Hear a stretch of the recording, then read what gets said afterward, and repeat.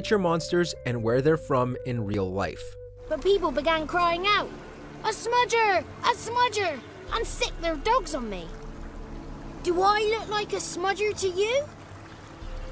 Not a bit. Before we begin, we publish new content all week long, so be sure to subscribe and ring the bell to get notified about our latest videos.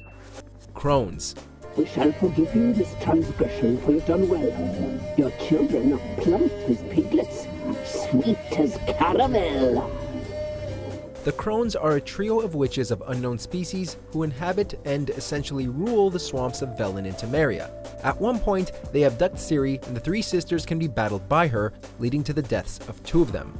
While trios of witches are fairly common in pop culture, most, including the Crones, get their origins from the Weird Sisters from the Shakespeare play Macbeth. The Crones' bestiary entry even references to a fictional play, Macbeth. The Crones' monstrous appearances are also inspired by Baba Yaga, a recurring figure in Slavic mythology that takes the form of a warped old woman often capable of magic. You've not seen her long. She's changed for the worse. Why'd she attack you? She's no longer the girl you once knew. Wrath consumes her. Vampire. Well then, try Witcher.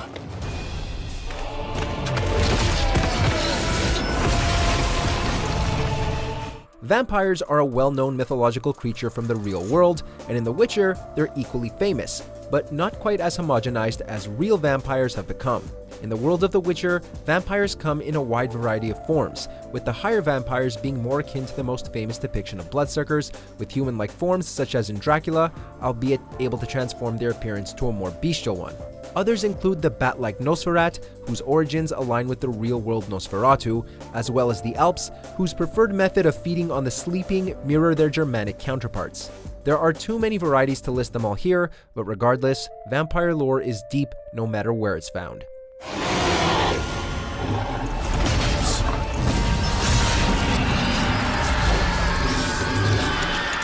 Godling.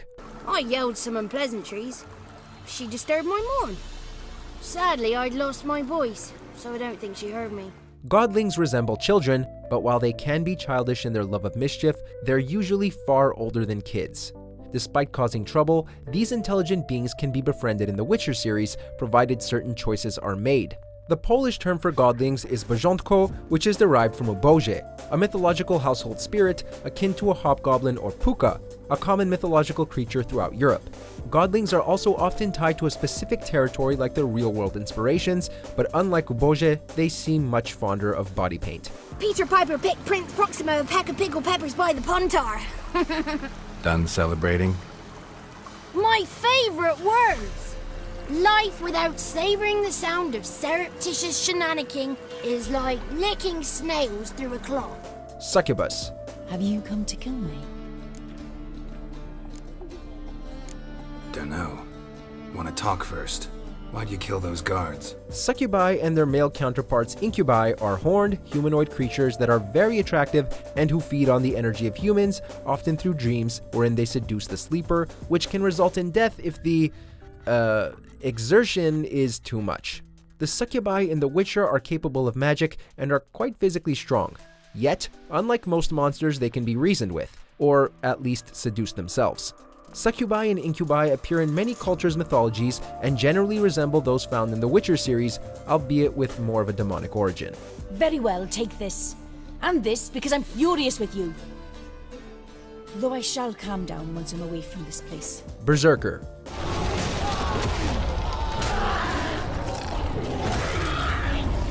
Also known as werebears, berserkers are warriors from Skellige who can transform into bears.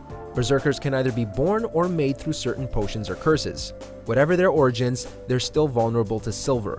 In Old Norse, berserker literally means bear coat, and they were held to be uncommonly strong and fierce fighters. The origin of their connection to bears may be due to the fact that many wore bearskins to show their prowess. Either that or they worshipped bears as part of a bear cult. Or it could just be that their ferocity evoked the animals so much that people thought they could actually turn into them. Leshen.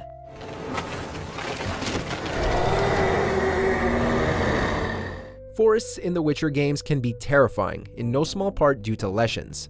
Blending in with the trees around them, albeit with a deer skull instead of a head, these terrifying beings will attack Geralt and the player with tree limbs and roots, while also summoning the beasts of the forest to aid them.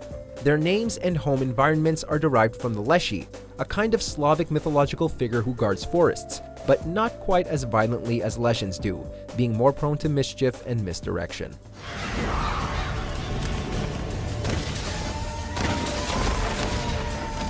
The Wild Hunt.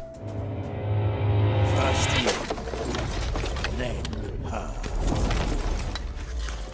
In The Witcher's third game, these titular foes are a ghostly army of elves from another realm who are believed to be a sign of death and conflict. In actuality, they seek slaves to serve them in their dimension and also show an interest in Ciri's elder blood. In European mythology, the Wild Hunt is actually much the same in its broad strokes, acting as a supernatural harbinger of death and doom, with its members often said to be the souls of dead warriors. The real Wild Hunt is also associated with the Norse god Odin, though it has had many supposed leaders. Its members are sometimes thought to be elves as well, although whether they're from another world is unclear.